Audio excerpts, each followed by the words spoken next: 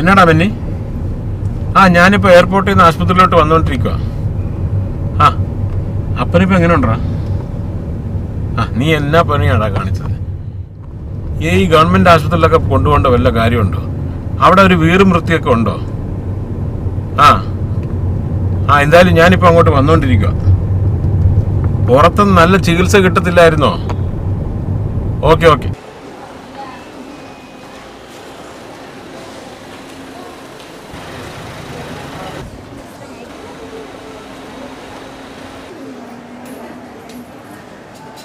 ഇത് government hospital തന്നെയാണോ? എനിക്കിനി ഹോസ്പിറ്റലിൽ മാറിപ്പോയോ?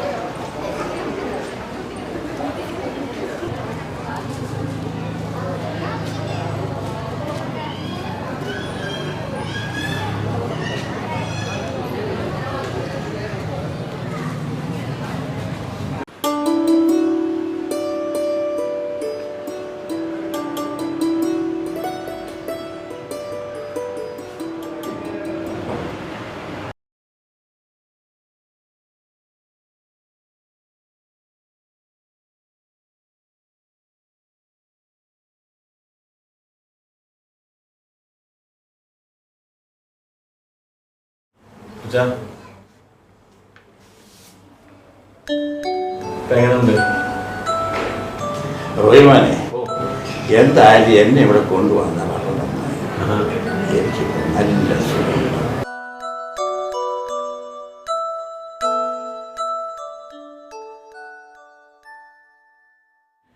എന്തായാലും ഞാൻ ഡോക്ടറെ അടുത്ത് വിവരങ്ങളൊക്കെ ഒന്ന് അന്വേഷിച്ചിട്ട് വരാം. പിന്നെ നീ ഇവിടെ തന്നെ ആണതല്ലേ?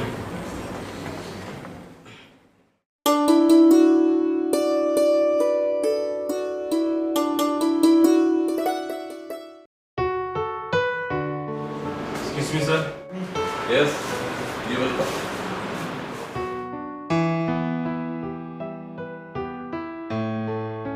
ഡോക്ടർ, ഞാൻ മലയിൽ മത്തായിയുടെ മകൻ റോയിച്ചൻ, ദുബായിലൊരു ചെറിയ ബിസിനസ് നടത്തുന്നു. അനുജൻ പറഞ്ഞിരുന്നു. സത്യം പറയാനോ ഡോക്ടർ, എനിക്ക് ഈ ഗവൺമെൻറ് ആശുപത്രികളെ കുറിച്ച് ഒരു മതിപ്പുമില്ല. പക്ഷെ ഇവിടെ വന്ന് കണ്ടപ്പോൾ എൻ്റെ ധാരണയൊക്കെ എക്സലൻറ്റ്, നന്നായിരിക്കുന്നു. വളരെ ഉത്തരവാദിത്വത്തോടുകൂടി ജോലി ചെയ്യുന്ന ജീവനക്കാരുള്ള ഒരു ഹോസ്പിറ്റലാണ്. മിസ്റ്റർ റോയ്, താങ്കൾക്ക് തിരക്കില്ലെങ്കിൽ ഒരല്പസമയം എൻ്റെ കൂടെ വരാം.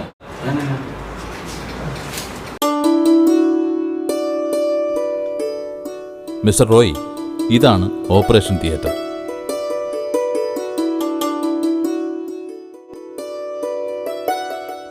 ഇത് ICU.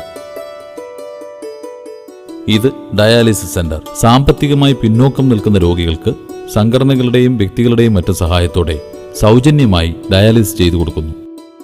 പാഥേയം എന്ന പദ്ധതിയിലൂടെ രോഗികൾക്ക് ഇവിടെ തന്നെ തയ്യാറാക്കുന്ന ആഹാരം സൗജന്യമായി നൽകി വരുന്നു. ഇത് കാരുണ്യവഞ്ചി. വിദഗ്ധ ചികിത്സയ്ക്കായി മെഡിക്കൽ കോളേജിലേക്കും മറ്റും അയക്കുമ്പോൾ നിർധനരായ രോഗികൾക്ക് യാത്രാച്ചെലവിനായി കാരുണ്യവഞ്ചിയിൽ നിന്നും ധനസഹായം ചെയ്തു കൊടുക്കുന്നു. ബ്ലഡ് ബാങ്ക്, ക്യാൻസർ വാർഡ്, വേദനരഹിത പ്രസവത്തിലൂടെ ഏറെ പ്രശംസ പിടിച്ചുപറ്റിയ പ്രസവമുറി, ചിൽഡ്രൻസ് പാർക്ക്, പൂന്തോട്ടം, വൃത്തിയും ശുദ്ധവുമായ ആശുപത്രി പരിസരം. ഈ പ്രത്യേകതകളൊക്കെയാണ് പുനലൂർ താലൂക്ക് ഗവൺമെന്റ് ആശുപത്രിയെ വ്യത്യസ്തമാക്കുന്നത്. ഒറ്റ നോട്ടത്തിൽ എനിക്കൊരു സത്യം മനസ്സിലായി ഡോക്ടർ. ഇച്ഛാശക്തിയുള്ളൊരു ഗവൺമെന്റും ഗവൺമെന്റ് നയങ്ങളും തീരുമാനങ്ങളും ഫലപ്രദമായി നടപ്പാക്കാൻ കഴിവുള്ള അർപ്പണ മനോഭാവമുള്ള ഉദ്യോഗസ്ഥരുണ്ടെങ്കിൽ ഏത് സ്ഥാപനവും വളരും. Congratulation doctor. താങ്കൾ പറഞ്ഞത് വളരെ ശരിയാണ്. നിങ്ങളെപ്പോലെ നല്ല കാഴ്ചപ്പാടുകളുള്ള ജനങ്ങളുടെ സഹകരണം കൂടി ഉണ്ടെങ്കിൽ മാത്രമേ ഏത് പൊതുസ്ഥാപനവും വിജയിക്കൂ.